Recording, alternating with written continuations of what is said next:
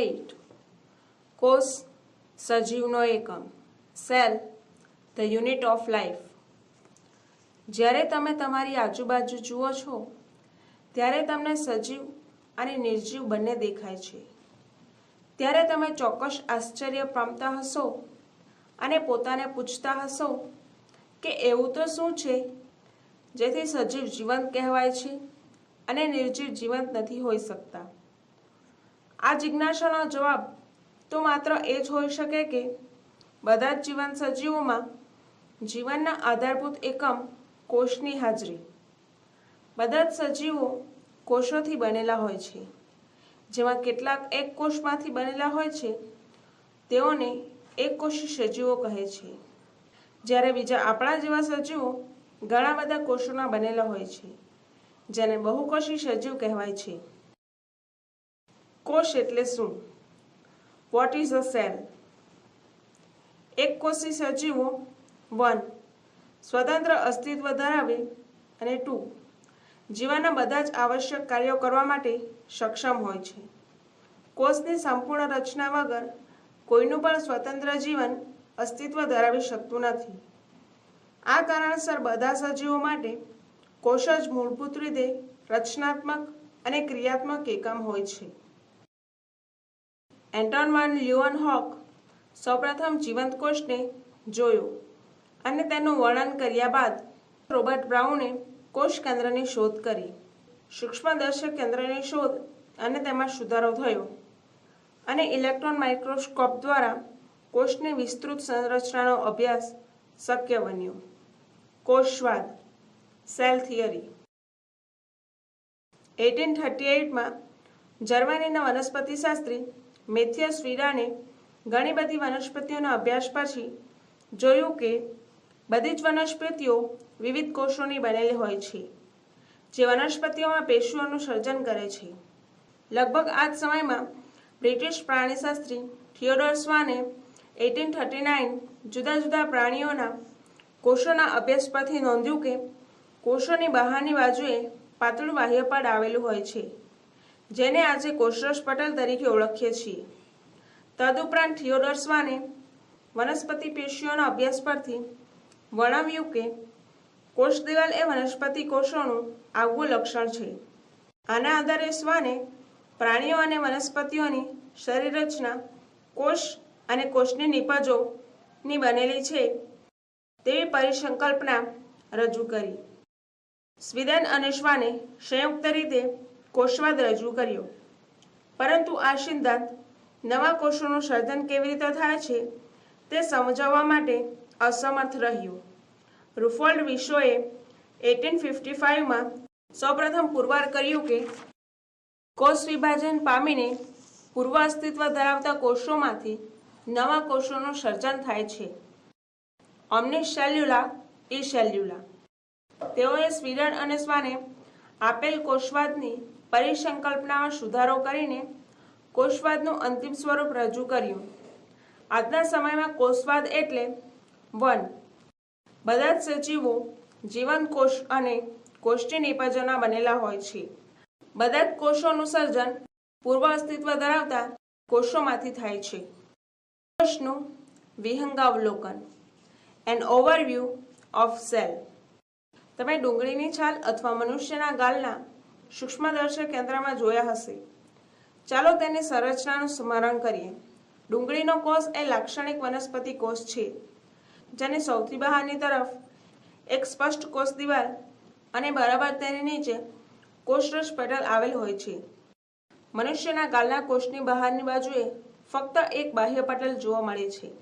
પ્રત્યેક કોષની અંદર સઘન પટલયુક્ત સંરચના જોવા મળે છે, જેને કોષ કેન્દ્ર કહેવાય છે. આ કોષ કેન્દ્રમાં રંગસૂત્ર જોવા મળે છે, જેના બંધારણમાં આનુવંશિક દ્રવ્ય DNA આવેલું હોય છે. જે કોષમાં પટલયુક્ત કોષ કેન્દ્ર આવેલું હોય તેને યુકેરિયોટિક સુકોષ કેન્દ્રીય કોષ, તેમજ જે કોષમાં પટલવિહીન કોષ કેન્દ્ર આવેલું હોય તેને પ્રોકેરિયોટિક આદિકોષ કેન્દ્રી કોષ કહેવાય છે.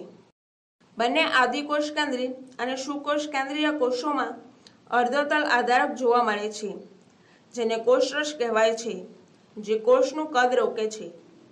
બંને વનસ્પતિ અને પ્રાણી કોષોમાં કોષીય પ્રક્રિયાઓ કરવા માટેનું મુખ્ય સ્થાન કોષરસ છે.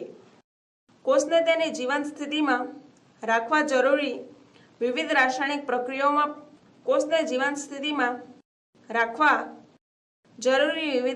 પ્રક્રિયાઓ પણ તેમાં જ થાય છે. સુકોષ કેન્દ્રીય કોષોમાં કોષ કેન્દ્ર ઉપરાંત પટલમય રચનાઓ જોવા મળે છે, જે અંગિકાઓ કહેવાય છે, જેવી કે અંતઃકોષરસ જાળ, ગોલ્કી ગાય, લાઇસોસોમ, કણાભસૂત્ર, સૂક્ષ્મકાય અને રસધાનીઓ. આદિકોષ કેન્દ્રીય કોષોમાં આવી પટલમય અંગિકાઓનો અભાવ હોય છે. રિબોસોમ પટલવિહીન અંગિકા છે, જે સુકોષ કેન્દ્રીય તેમજ આદિકોષ કેન્દ્રીય બંને પ્રકારના કોષોમાં જોવા મળે છે. કોષમાં એવું નથી કે રિબોસોમ માત્ર કોષરસમાં જ જોવા મળે છે, પરંતુ તે સિવાય બે અંગિકાઓ જેવી કે હરિતકણ અને કણાભસૂત્રમાં તેમજ કણિકામય અંતઃકોષરસ જાળ પર જોવા મળે છે. પ્રાણી કોષમાં પટલવિહીન અંગિકા જોવા મળે છે, જેને તારા કેન્દ્ર કહે છે, જે કોષ વિભાજનમાં મદદરૂપ થાય છે. કોષો કદ, આકાર અને કાર્યની દ્રષ્ટિએ જુદા પડે છે. ઉદાહરણ તરીકે, સૌથી નાનો કોષ માઇકોપ્લાઝ્મા છે, જે ફક્ત 0.3 માઇક્રોમીટર લંબાઈ ધરાવે છે, જ્યારે બેક્ટેરિયા 3 થી 5 માઇક્રોમીટર લંબાઈ સુધી જોવા મળે છે. સૌથી મોટો અલગીકૃત એક કોષ શાહમૃગનો અંડકોષ છે. બહુકોષીય સજીવોમાં મનુષ્યના રક્તકણ 7.0 માઇક્રોમીટર વ્યાસ ધરાવે છે. ચેતાકોષ તે સૌથી લાંબા કોષ પૈકીનો એક છે. કોષોના આકારમાં પણ ખૂબ વિવિધતા જોવા મળે છે, જેવા કે બિંબાકાર, બહુકોણીય, સ્તંભાકાર, ઘનાકાર, તંતુમય કે અનિયમિત આકાર. કોષોના આકાર તેઓના કાર્ય અનુસાર જુદા જુદા હોઈ શકે છે. આદિકોષ કેન્દ્રીય કોષો. Prokaryotic cell. બેક્ટેરિયા, નીલહરિત લીલ, માઇક્રોપ્લાઝ્મા તેમજ પીપીએલો ફ્લોરોન્યુમોનિયા લાઇક ઓર્ગેનિઝમ આદિકોષ કેન્દ્રીય કોષોનું પ્રતિનિધિત્વ કરે છે અને સુકોષ કેન્દ્રીય કોષ કરતાં ઝડપી વિભાજન પામે છે.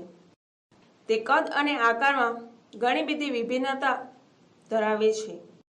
બેક્ટેરિયાના 4 મુખ્ય આકાર જેવા કે બેસિલસ દંડાણુ, કોક્સ ગોલાણુ, વિબ્રિયો કોમાકાર અને સ્પાઇરેલિયમ સર્પાકાર ધરાવે છે.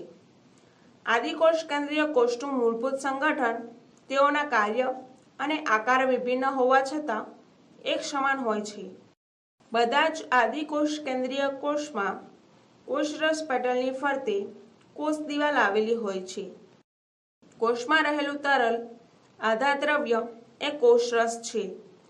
તેઓમાં સ્પષ્ટ કોષ કેન્દ્રનો અભાવ હોય છે. આનુવંશિક દ્રવ્ય મુખ્યત્વે અનાવૃત એટલે કે કોષ કેન્દ્ર પટલથી આવૃત હોતું નથી. ઘણા બધા બેક્ટેરિયામાં આનુવંશિક ડીએનએ ઉપરાંત એકલ રંગસૂત્ર વલયાકાર ડીએનએ વધારાનું નાનું વલયાકાર ડીએનએ જોવા મળે છે, જેને પ્લાઝમિડ કહેવાય છે. આ પ્લાઝમિડ ડીએનએ બેક્ટેરિયામાં કેટલાક વિશિષ્ટ બાહ્ય સ્વરૂપીય લક્ષણો નિદર્શન કરે છે. આ એક લક્ષણ એટલે કે પ્રતિજૈવિક સામે પ્રતિરોધ હોવો તે છે. તમે અગાઉના ઉચ્ચ વર્ગમાં અભ્યાસ કરશો કે આ પ્લાઝમિડ ડીએનએ બેક્ટેરિયામાં બાહ્ય પરજાત ડીએનએ સાથેના રૂપાંતરણને સંચાલિત કરે છે. કોષ કેન્દ્ર પટલ માત્ર સુકોષ કેન્દ્રીય કોષમાં જોવા મળે છે. રિબોસોમ સિવાય આદિકોષ કેન્દ્રીય કોષમાં સુકોષ કેન્દ્રીય કોષ જેવી અંગિકાઓ જોવા મળતી નથી. આદિકોષ કેન્દ્રીય કોષમાં આગવી સમાવિષ્ટ રચનાઓ જોવા મળે છે. કોષરસ પટલમાંથી વિભાજિત થયેલ વિશિષ્ટ રચના મેસોસોમ્સ એ આદિકોષ કેન્દ્રીય કોષની લાક્ષણિકતા છે. મેસોસોમ્સ એ કોષરસ પટલનું આવશ્યક અંતર્વલન છે. કોષીય આવરણ અને તેના રૂપાંતરણ. Cell envelope and its modification. મોટાભાગના આદિકોષ કેન્દ્રીય કોષો, વિશેષ રૂપે બેક્ટેરિયાના કોષોમાં એક જટિલ રાસાયણિક કોષીય આવરણ જોવા મળે છે. આ કોષીય આવરણ મજબૂત રીતે બંધિત એવી 3 સ્તરીય સંરચનાઓનું બનેલું હોય છે, જેમ કે સૌથી બહારનું ગ્લાયકોકેલિક્સ, જેના પછી ક્રમશઃ કોષ દિવાલ અને કોષ રસપટલ. આ આવરણના દરેક સ્તરો જોકે ચોક્કસ કાર્ય કરે છે, પરંતુ આ ત્રણેય સ્તરો સંયુક્ત રીતે રક્ષણાત્મક આવરણ બનાવે છે. કોષીય આવરણમાં જોવા મળતી વિભિન્નતા અને ગ્રામ દ્વારા બનાવવામાં આવેલ અભિરંજન ક્ષમતાના આધારે બેક્ટેરિયાને 2 જૂથમાં વહેંચી શકાય છે. જે ગ્રામ અભિરંજકને શોષી લે તેને ગ્રામ પોઝિટિવ અને જે ગ્રામ અભિરંજકને શોષી ન શકે તેને ગ્રામ નેગેટિવ બેક્ટેરિયા કહેવાય છે.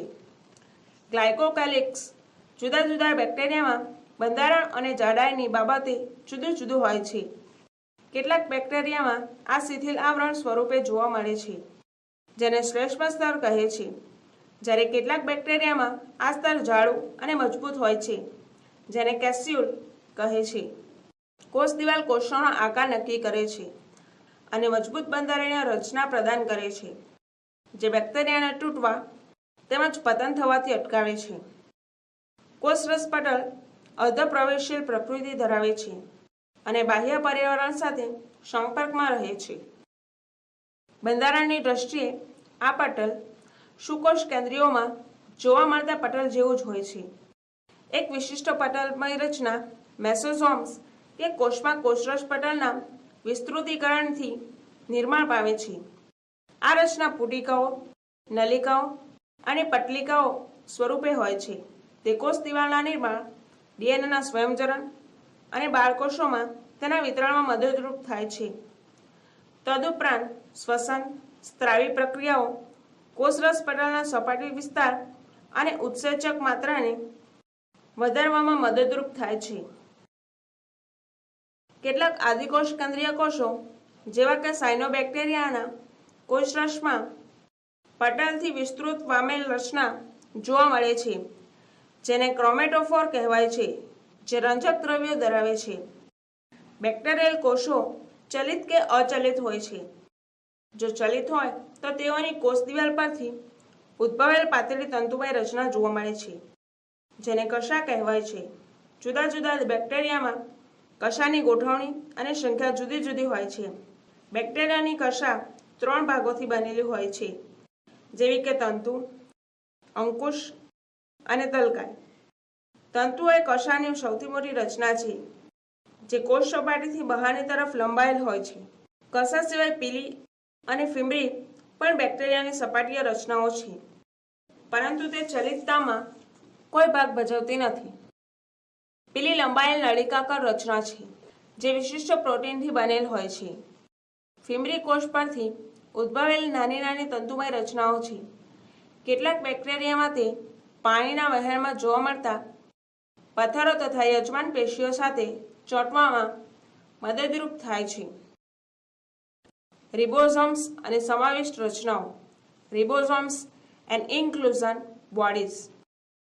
આદિકોષ કેન્દ્રીમાં રિબોસોમ્સ કોષરસ પટલ સાથે સંકળાયેલ હોય છે, જે 15 નેનોમીટરથી 20 નેનોમીટર સુધીનું કદ ધરાવે છે અને 50S અને 30S એમ 2 પેટા એકમોના બનેલા હોય છે. બંને પેટા એકમો એકબીજા સાથે જોડાઈને 70S આદિકોષ કેન્દ્રી રિબોસોમ્સ ધરાવે છે. રિબોસોમ એ પ્રોટીન સંશ્લેષણ માટેનું સ્થાન છે. કોઈ એક mRNA સાથે એક કરતાં વધુ રિબોસોમ જોડાય તો તેને પોલીરિબોસોમ્સ અથવા પોલિસોમ્સ કહે છે. ભાષાંતર દ્વારા mRNAની મદદથી પ્રોટીનનું નિર્માણ કરે છે. સૂક્ષ્મકાય રચનાઓ. આદિકોષ કેન્દ્રીના કોષરસમાં આરક્ષિત દ્રવ્યો સૂક્ષ્મકાય રચનાઓ સ્વરૂપે સંચય પામે છે. આવી રચનાઓ કોઈપણ પટલ વડે ઘેરાયેલ હોતી નથી અને કોષરસમાં મુક્ત સ્વરૂપે વિતરણ પામેલ હોય છે. ઉદાહરણ તરીકે ફોસ્ફેટ કણિકાઓ, સાયનોફાઇસિયન કણિકાઓ અને ગ્લાયકોજન કણિકાઓ. નીલહરિત લીલ, જાંબલી અને હરિત પ્રકાશસંશ્લેષી બેક્ટેરિયામાં વાયુયુક્ત રસધનીઓ જોવા મળે છે. સુકોષ કેન્દ્રીય કોષો યુકેરિયોટિક સેલ્સ. સુકોષ કેન્દ્રીયમાં બધા જ પ્રોટિસ્ટા, વનસ્પતિઓ, પ્રાણીઓ અને ફૂગનો સમાવેશ થાય છે. સુકોષ કેન્દ્રીય કોષોમાં પટલમય અંગિકાઓની હાજરીના કારણે કોષરસ વિવિધ ભાગોમાં વહેંચાય છે. સુકોષ કેન્દ્રીય કોષોમાં કોષકેન્દ્ર પટલથી આવૃત સુવિકસિત કોષકેન્દ્ર હોય છે. તદુપરાંત વિવિધ પ્રકારના પ્રચલન સંકુલ અને કોષરસ કંકાલ જેવી રચના જોવા મળે છે. આવા કોષોમાં આનુવંશિક દ્રવ્ય રંગસૂત્ર સ્વરૂપે ગોઠવાયેલ હોય છે. બધા જ સુકોષ કેન્દ્રીય કોષ એક સરખા હોતા નથી. વનસ્પતિ અને પ્રાણી કોષો એકબીજાથી જુદા હોય છે. વનસ્પતિ કોષો કોષ દિવાલ, રંજક દ્રવ્ય અને મોટી કેન્દ્રસ્થ રજધાનીઓ ધરાવે છે કે જેનો પ્રાણી કોષોમાં અભાવ હોય છે. બીજી બાજુ પ્રાણી કોષોમાં તારા કેન્દ્ર જોવા મળે છે, જેનો લગભગ મોટા ભાગની વનસ્પતિ કોષોમાં તેનો અભાવ હોય છે. ચાલો હવે વ્યક્તિગત કોષીય અંગિકાઓની રચના અને કાર્ય સમજીએ. કોષરસ પટલ, સેલ મેમ્બ્રેન. વર્ષ 1950માં ઇલેક્ટ્રોન માઇક્રોસ્કોપની શોધ થયા પછી કોષરસ પટલની વિસ્તૃત સંરચનાનો અભ્યાસ શક્ય બન્યો. આ દરમિયાન મનુષ્યના રક્તકણના કોષરસ પટલના રાસાયણિક અભ્યાસ પછી વૈજ્ઞાનિકોને કોષરસ પટલની સંભવિત રચના વિશે જાણકારી પ્રાપ્ત થઈ શકી. અભ્યાસ વિશે એ વાતની સ્પષ્ટતા થઈ કે કોષરસ પટલ લિપિડનો બનેલો હોય છે, જે દ્વિસ્તરમાં ગોઠવાયેલ હોય છે. લિપિડ પટલમાં લિપિન્સ એવી રીતે ગોઠવાયેલ હોય છે જેના ધ્રુવીય શીર્ષ બહારની તરફ, જ્યારે જલવિતરાગી પૂંછડી અંદરની તરફ આવેલ હોય છે. આનાથી સ્પષ્ટ થાય છે કે સંતૃપ્ત હાઇડ્રોકાર્બનની બનેલ અધ્રુવીય પૂંછડી જલકત પર્યાવરણથી રક્ષિત રહે છે. મુખ્યત્વે પટલમાં જોવા મળતા લિપિડનો ઘટક ફોસ્ફોગ્લિસરાઇડ્સનો બનેલો હોય છે. ત્યાર પછીના જૈવ રાસાયણિક સંશોધનોથી સ્પષ્ટ થયું કે કોષરસ પટલ પ્રોટીન તેમજ કાર્બોદિત પણ ધરાવે છે. જુદા જુદા કોષોમાં લિપિડ અને પ્રોટીનનું પ્રમાણ જુદું જુદું હોય છે. મનુષ્યના રક્તકણ પટલમાં લગભગ 52% પ્રોટીન અને 40% લિપિડ આવેલ હોય છે. પટલમાં આવેલ પ્રોટીનને અલગીકૃત કરવાની ક્ષમતાના આધારે તેને અંતર્ગત અને પરિઘીય પ્રોટીન જેવા ભાગોમાં વર્ગીકૃત કરી શકાય છે.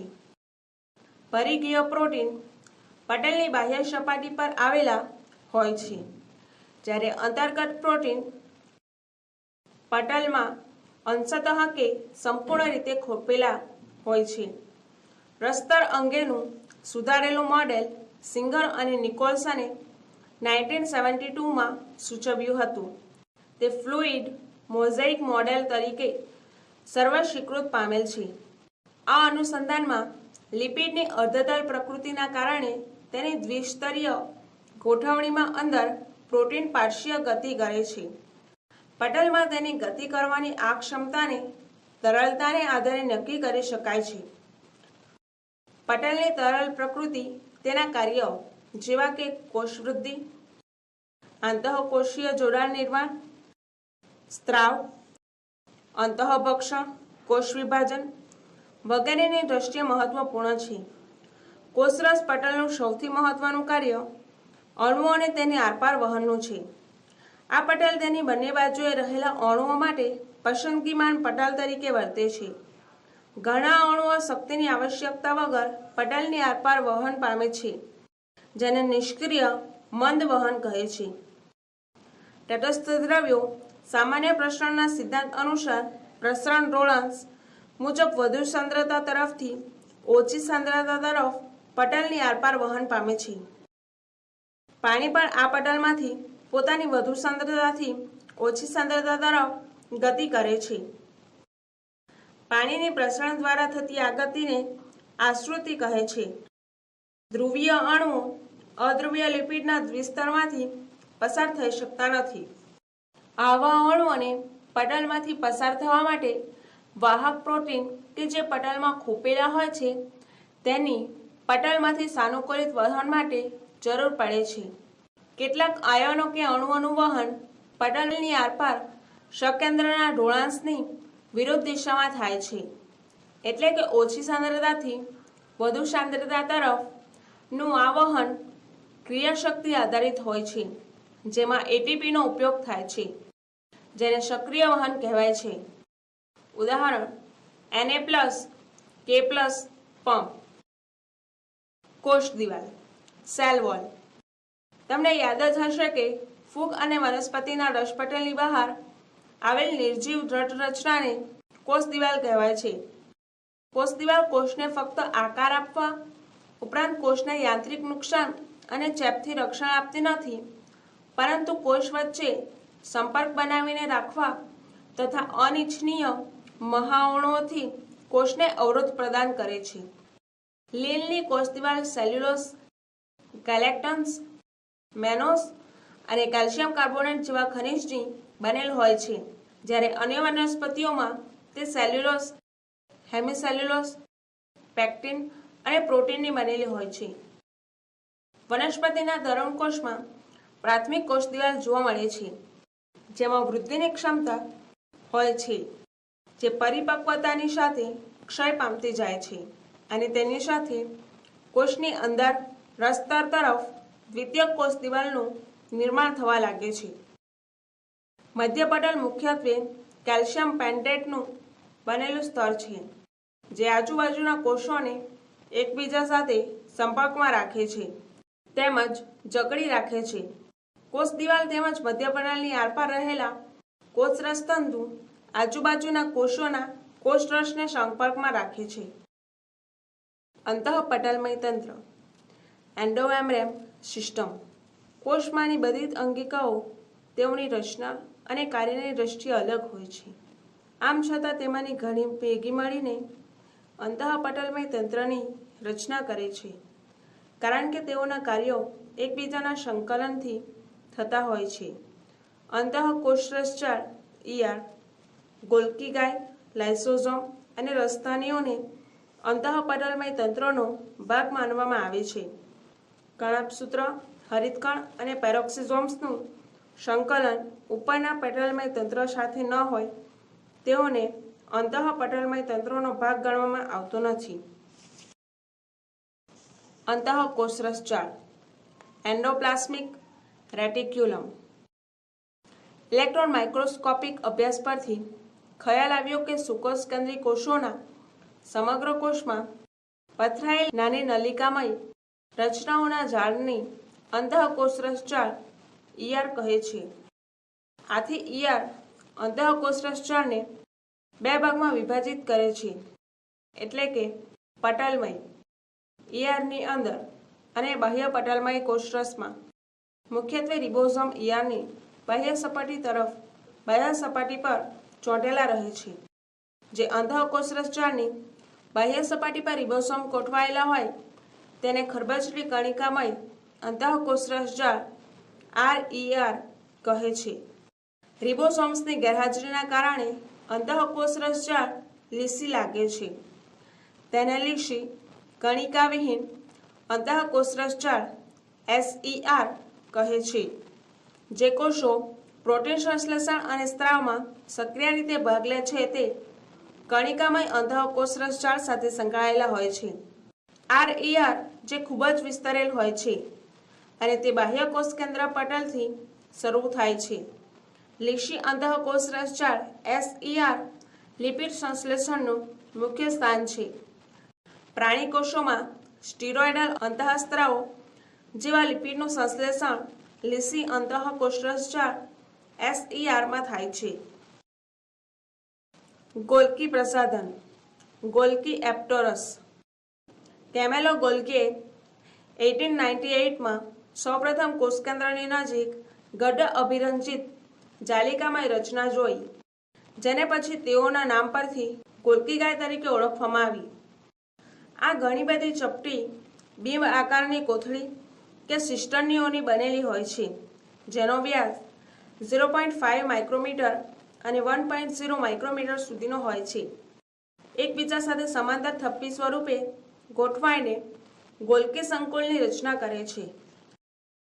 ગોલ્કી ગાયમાં સિસ્ટર્નીની સંખ્યા જુદી જુદી હોય છે.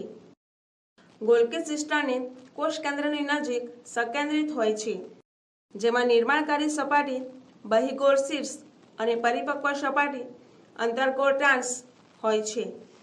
અંગિકાનો શીર્ષ અને ટ્રાન્સ છેડાઓ એકબીજાથી તદ્દન અલગ હોય છે, પરંતુ એકબીજા સાથે જોડાયેલા હોય છે. ગોલ્ગી પ્રસાધનનું મુખ્ય કાર્ય કોષની બહારની તરફ સ્ત્રાવ પામતા કે કોષાંતરીય લક્ષ્ય સુધી પહોંચાડવાના ઘટકોના પેકેજિંગનું દ્રવ્ય ERમાં પુટિકા સ્વરૂપે ગોલ્ગીકાયના શીર્ષ છેડાથી સંગઠિત થઈને પરિપક્વ છેડાની તરફ ગતિ કરે છે. આ સમજાવે છે કે શા માટે ગોલ્ગી પ્રસાધન અંતઃકોષ રસજાળના ગાઢ સંપર્કમાં રહે છે. કેટલાય પ્રોટીનનું સંશ્લેષણ રિબોસોમ દ્વારા અંતઃકોષ રસજાળની સપાટી ઉપર થાય છે અને ગોલ્ગી પ્રસાધનની ટ્રાન્સ છેડા પરથી મુક્ત થતા પહેલા તેમાં ફેરફાર થાય છે. ગોલ્ગી ગાય એ ગ્લાયકોલિપિડ અને ગ્લાયકોપ્રોટીનનું મુખ્ય નિર્માણ કરે છે.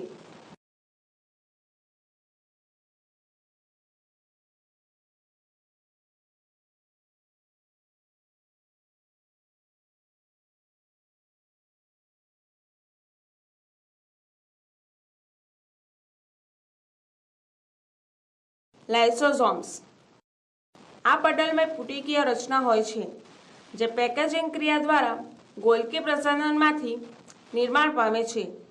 મુક્ત થયેલ લાઇસોસોમ પુટિકાઓમાં બધા જ પ્રકારના હાઇડ્રોલાઇટિક ઉત્સેચકો જેવા કે હાઇડ્રોલેઝ, લાઇપેઝ, પ્રોટીએઝ અને કાર્બોડેઝ ન્યુક્લિયસ જોવા મળે છે, જે ઇષ્ટતમ pHમાં સાર્વત્રિક રીતે સક્રિય હોય છે.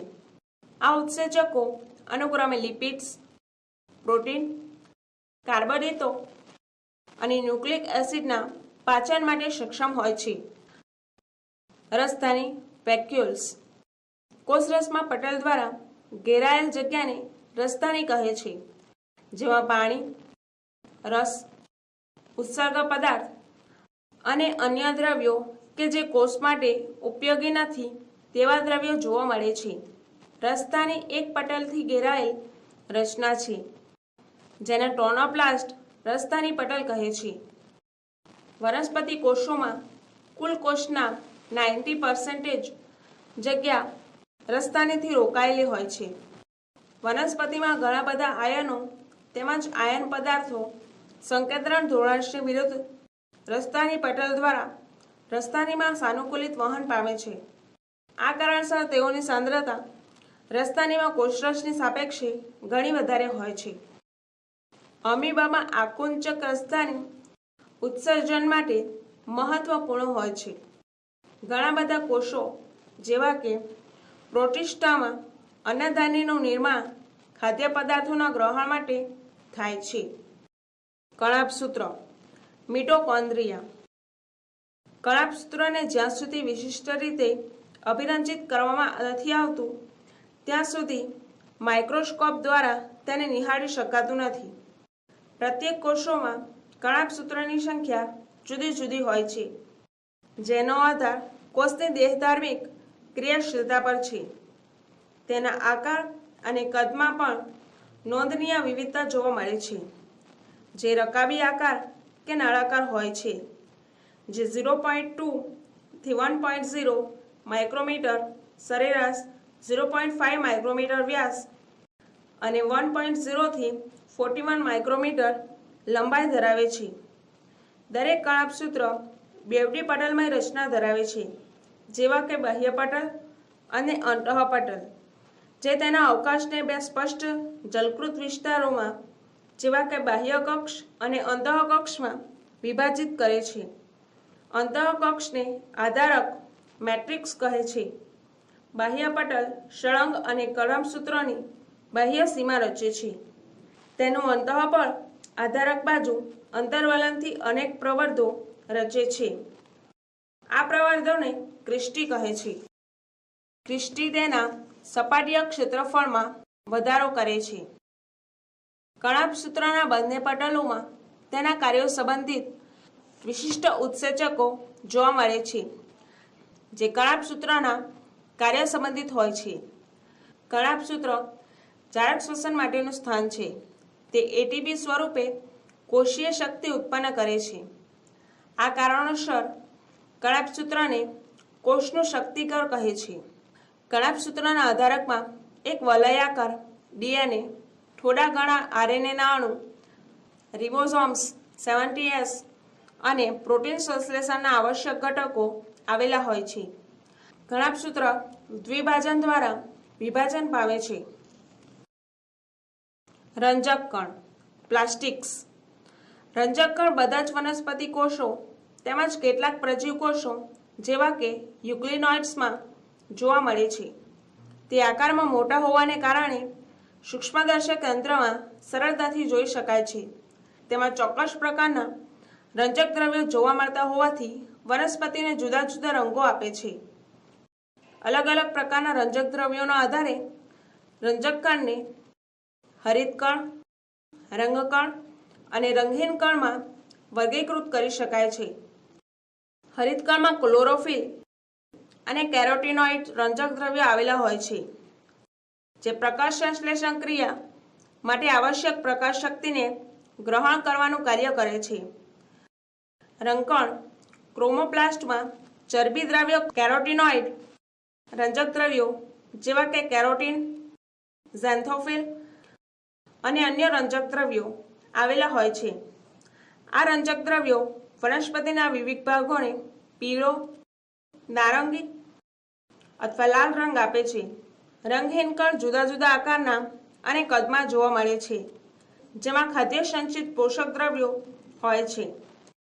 મંડકણ સ્ટાર્ચ કણમાં સ્ટાર્ચ સ્વરૂપે કાર્બોદિતનો સંગ્રહ થાય છે, દાખલા તરીકે બટાટા. તેલ કણમાં તેલ અને ચરબીનો સંગ્રહ થાય છે, જ્યારે સમિદાય કણમાં પ્રોટીનનો સંગ્રહ થાય છે. લીલી વનસ્પતિમાં મોટા ભાગે હરિતકણો પર્ણોના મધ્યપર્ણ પેશીના કોષોમાં આવેલા હોય છે. હરિતકણ મુખ્યત્વે લેન્સ આકાર, અંડાકાર, ગોળાકાર, બીંબ આકાર અથવા પટ્ટી આકારના હોય છે, જે જુદી જુદી લંબાઈ 5 થી 10 માઇક્રોમીટર અને પહોળાઈ 2 થી 4 માઇક્રોમીટર ધરાવે છે. તેની સંખ્યા જુદી જુદી હોય છે, જેમ કે ક્લેબિડોમોલાસ જેવી લીલી લીલના એક કોષમાં એક તથા મધ્યપર્ણના દરેક કોષમાં 20 થી 40 જેટલી સંખ્યામાં હોય છે. કણાભસૂત્રની જેમ હરિતકણ પણ બેવડા પડની રચના ધરાવે છે. આ બે પડમાંથી અંદરનું પટલ સાપેક્ષ રીતે ઓછું પ્રવેશશીલ હોય છે. હરિતકણના અંદરના પટલથી ઘેરાયેલ અંતઃ અવકાશને સ્ટ્રોમા આધારક કહે છે. સ્ટ્રોમામાં ચપટા પટલયુક્ત કોથળી જેવી સંરચના ગોઠવાયેલ હોય છે, જેને થાઇલેકોઇડ કહે છે. થાઇલેકોઇડ સિક્કાની થપ્પીની માફક ગોઠવાયેલા હોય છે, જેને ગ્રેના એકવચન ગ્રેનોમ કે આંતરગ્રેનમ થાઇલેનોઇડ કહે છે. તદુપરાંત કેટલીક ચપટી પટલમય નલિકાઓ કે જે જુદા જુદા ગ્રેનાના થાઇલેકોઇડ્સને જોડે છે, તેને આંતરગ્રેનમ પટલ તરીકે ઓળખવામાં આવે છે. થાઇલેકોઇડ પટલ એક સ્થાનથી ઘેરાયેલા હોય છે, જેને કોટર કહે છે. હરિતકણમાં આવેલ સ્ટ્રોમા કાર્બોદિત અને પ્રોટીન સંશ્લેષણના ઉત્સેચકો ધરાવે છે. તેમાં નાનું બેવડી શૃંખલાયુક્ત વલયાકાર ડીએનએ અને રિબોસોમ્સ પણ ધરાવે છે. થાઇલેકોઇડમાં ક્લોરોફિલ રંજક દ્રવ્યો આવેલા હોય છે. હરિતકણમાં આવેલ રિબોસોમ્સ 70S કોષરસમાં આવેલ રિબોસોમ્સ 80S કરતાં નાના હોય છે. કણિકામય સંરચના રિબોસોમ્સને સૌપ્રથમ નિહાળી. તે રિબોન્યુક્લિક એસિડ અને પ્રોટીનથી બનેલ રચના છે, જે કોઈપણ પટલથી ઘેરાયેલ હોતી નથી. સુકોષ કેન્દ્રીય રિબોસોમ્સ 80S, જ્યારે આદિકોષ કેન્દ્રીય રિબોસોમ્સ 70S પ્રકારના હોય છે, જ્યાં S સ્વેડબર્ગ એકમ અવસાદન પ્રમાણને રજૂ કરે છે, જે આડકતરી રીતે કદ અને ઘનતાનું માપન છે. બંને 70S અને 80S રિબોસોમ્સ 2 પેટા એકમોના બનેલા હોય છે. કોષરસ કંકાલ સાયટોસ્કેલેટોન. કોષરસમાં રહેલી તંતુમય પ્રોટીનની ફેલાયેલી જાળીદાર સંરચનાને કોષરસ કંકાલ કહે છે. કોષમાં જોવા મળતા કોષરસ કંકાલ કોષના વિવિધ કાર્યો જેવા કે યાંત્રિક મજબૂતાઈ, ચલિતતા, કોષનો આકાર જાળવી રાખવો વગેરે સાથે સંકળાયેલ છે. પક્ષ્મ અને કશા સિલિયા એન્ડ ફ્લેજેલા. પક્ષ્મો એકવચન પક્ષ્મ તથા કશા એ કોષરસ પટલમાં રોમમય બહિરુત્પેદ. પક્ષ્મ એ સૂક્ષ્મ નાની સંરચના છે. પક્ષ્મ એ સૂક્ષ્મ નાની સંરચના છે જે હલેસા જેવું કાર્ય કરે છે, જે કોષ કે તેની આજુબાજુ જોવા મળતા પ્રવાહીની ગતિમાં સહાય કરે છે. કશા એ તુલનાત્મક રીતે લાંબી કોષીય ગતિ માટે જવાબદાર છે. આદિકોષ કેન્દ્રી બેક્ટેરિયામાં જોવા મળતી કશા રચનાત્મક સ્વરૂપે સુકોષ કેન્દ્રી કશા કરતાં અલગ હોય છે. ઇલેક્ટ્રોન માઇક્રોસ્કોપિક અભ્યાસ પરથી ખ્યાલ આવ્યો કે પક્ષ્મ તથા કશા જીવરસ પટલથી ઘેરાયેલ રચના છે. તેના અક્ષને અક્ષસૂત્ર કહેવાય છે, જે ઘણી બધી સૂક્ષ્મ નલિકાઓની બનેલી હોય છે, જે લાંબા અક્ષને સમાંતર હોય છે. અક્ષસૂત્ર કેન્દ્રમાં 2 કેન્દ્રસ્થ સૂક્ષ્મ નલિકા આવેલ હોય છે અને પરિઘ તરફ 9 જોડ સૂક્ષ્મ કલિકાઓ આવેલ હોય છે. અક્ષસૂત્રની સૂક્ષ્મ નલિકાઓની આવી ગોઠવણી 9+2 કહે છે. કેન્દ્રસ્થ નલિકા સેતુ દ્વારા જોડાયેલ તેમજ કેન્દ્રસ્થ આવરણ વડે ઘેરાયેલ હોય છે, જે પરિઘીય નલિકાઓની પ્રત્યેક જોડ સાથે ત્રિજ્યાવર્તી તંતુ વડે જોડાયેલ હોય છે. આ રીતે 9 ત્રિજ્યાવર્તી તંતુ બને છે. પરિઘીય છોડ પણ એકબીજા સાથે આંતરદ્વિકીય સેતુ તંતુકો વડે જોડાયેલ હોય છે. બંને પક્ષ્મો તથા તારાકેન્દ્રના તલકાય જેવી જ રચનામાંથી ઉદ્ભવે છે. તારાકાય અને તારાકેન્દ્ર સેન્ટ્રોસોમ એન્ડ સેન્ટ્રિઓલેસ. તારાકાય એ એવી અંગિકા છે જે 2 નળાકાર રચનાઓ ધરાવે છે, જેને તારાકેન્દ્ર કહે છે. તારાકેન્દ્રની આસપાસ આવેલ જીવરસ તારાવર્તુળ કહેવાય છે. બંને તારાકેન્દ્ર તારાકાયમાં એકબીજા સાથે કાટખૂણે ગોઠવાયેલ હોય છે, જેમાં દરેક તારાકેન્દ્રનું આયોજન ગાડાના પૈડા જેવું હોય છે. તારાકેન્દ્ર પરિઘીય વિસ્તારમાં સરખા અંતરે ગોઠવાયેલા 9 ટ્યુબ્યુલિન સૂક્ષ્મ નલિકાની બંને સંરચના છે. પ્રત્યેક પરિઘીય નલિકા ત્રેખળ સ્વરૂપે ગોઠવાયેલ હોય છે. પાસેના ત્રેખળ એકમ સાથે તંતુકો વડે જોડાયેલ હોય છે. તારાકેન્દ્રનો કેન્દ્રસ્થ ભાગ પણ પ્રોટીનનો બનેલો હોય છે, જેને મધ્યદંડ કહે છે. ત્રેખળની પ્રત્યેક સૂક્ષ્મ નલિકાઓ પ્રોટીનના બનેલ ત્રિજ્યાવર્તી તંતુકો વડે મધ્યદંડ સાથે જોડાયેલી રહે છે. તારાકેન્દ્ર પક્ષ્મ અને કશાનો તલકાય બનાવે છે અને પ્રાણી કોષોના વિભાજન દરમિયાન દ્વિધ્રુવીય ત્રાકનું સંચાલન કરે છે. કોષ કેન્દ્ર ન્યુક્લિયસ. 1831માં રોબર્ટ બ્રાઉને કોષની અંગિકા તરીકે વર્ણવી. ત્યારબાદ ફ્લેમિંગે આલ્કલીય અભિરંજકથી અભિરંજિત થતા કોષ કેન્દ્રમાં જોવા મળતા દ્રવ્ય થાય છે તેને ક્રોમેટિન રંગસૂત્ર દ્રવ્ય નામ આપ્યું. અંતરાવસ્થા કોષ કેન્દ્ર કોષનું કોષ કેન્દ્ર જે વિભાજન થતું ન હોય, પુષ્કળ પ્રમાણમાં ફેલાયેલ અને રંગસૂત્ર દ્રવ્યથી ઓળખાતા વિસ્તૃત ન્યુક્લિયોપ્રોટીન તંતુ. કોષ કેન્દ્રીય આધારક તથા કોષ કેન્દ્રિકાની જાણીતી 1 થી વધુ ગોળાકાર રચનાઓ જોવા મળે છે. ઇલેક્ટ્રોન માઇક્રોસ્કોપિક અભ્યાસ પરથી કોષ કેન્દ્ર પટલ 2 સમાંતર પટલોથી બનેલ હોય છે, જેની વચ્ચે 10 થી 55 નેનોમીટરનો અતિસૂક્ષ્મ અવકાશ આવેલ હોય છે, જેને પરિકોષ કેન્દ્રીય અવકાશ કહે છે. આ પટલ કોષકેન્દ્રમાં જોવા મળતા દ્રવ્યો અને કોષરસમાં જોવા મળતા દ્રવ્યો વચ્ચે અવરોધનું કામ કરે છે. બાહ્ય કોષકેન્દ્ર પટલ સામાન્ય રીતે અંતઃકોષરસ જાળની સળંગ જોડાયેલ રહે છે, જેના પર રિબોસોમ્સ પણ જોવા મળે છે. નિશ્ચિત સ્થાન પર ઘણા બધા સ્થાને છિદ્રો બનાવવાના કારણે કોષકેન્દ્ર પટલની સળંગ રચના અવરોધરૂપ બને છે. આ છિદ્રો કોષકેન્દ્રના બંને પટલોના જોડાણથી બને છે. આ કોષકેન્દ્ર પટલ છિદ્રો દ્વારા આરએનએ અને પ્રોટીન અણુ કોષકેન્દ્રમાંથી કોષરસમાં તેમજ કોષરસમાંથી કોષકેન્દ્રમાં અવરજવર પામે છે. સામાન્ય રીતે એક કોષમાં એક જ કોષકેન્દ્ર આવેલો હોય છે, પરંતુ એવું પણ જોવા મળ્યું છે કે તેની સંખ્યા કેટલીક વાર બદલાયેલી જોવા મળે છે. શું તમે એવા સજીવોના નામ જણાવી શકો જેના કોષમાં કોષકેન્દ્રની સંખ્યા એક કરતાં વધુ હોય છે?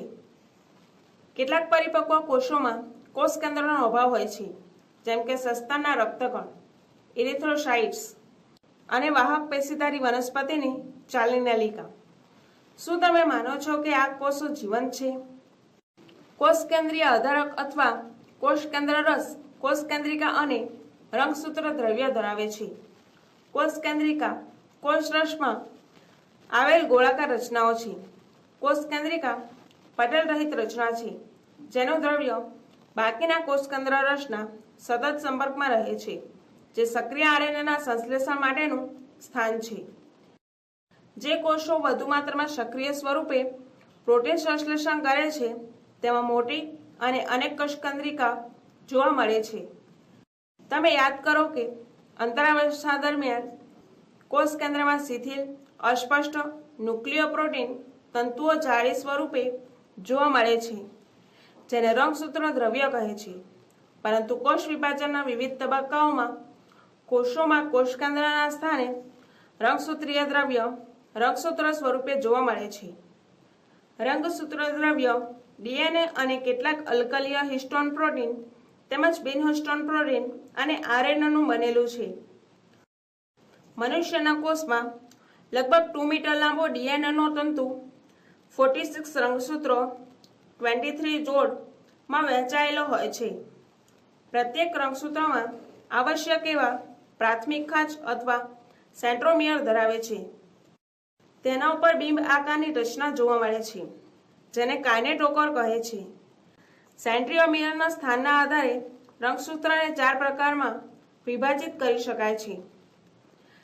મેટાસેન્ટ્રિક રંગસૂત્રમાં સેન્ટ્રોમિયર રંગસૂત્રની મધ્યમાં આવેલ હોય છે, જેનાથી રંગસૂત્રની બંને ભુજાઓની લંબાઈ એક સરખી હોય છે.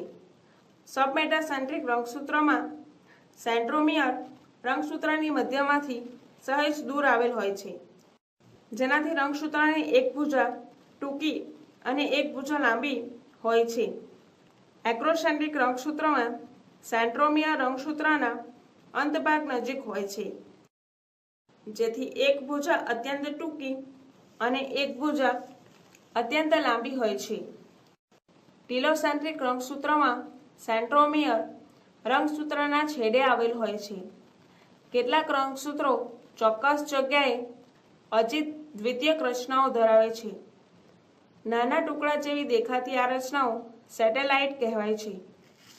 સૂક્ષ્મકાય માઇક્રોબોડીઝ પટલ ધરાવતી ઘણી સૂક્ષ્મ કોટિકાઓને સૂક્ષ્મકાય કહે છે, જે વિવિધ પ્રકારના ઉત્સેચકો ધરાવે છે, જે વનસ્પતિ અને પ્રાણી એમ બંને પ્રકારના કોષોમાં જોવા મળે છે.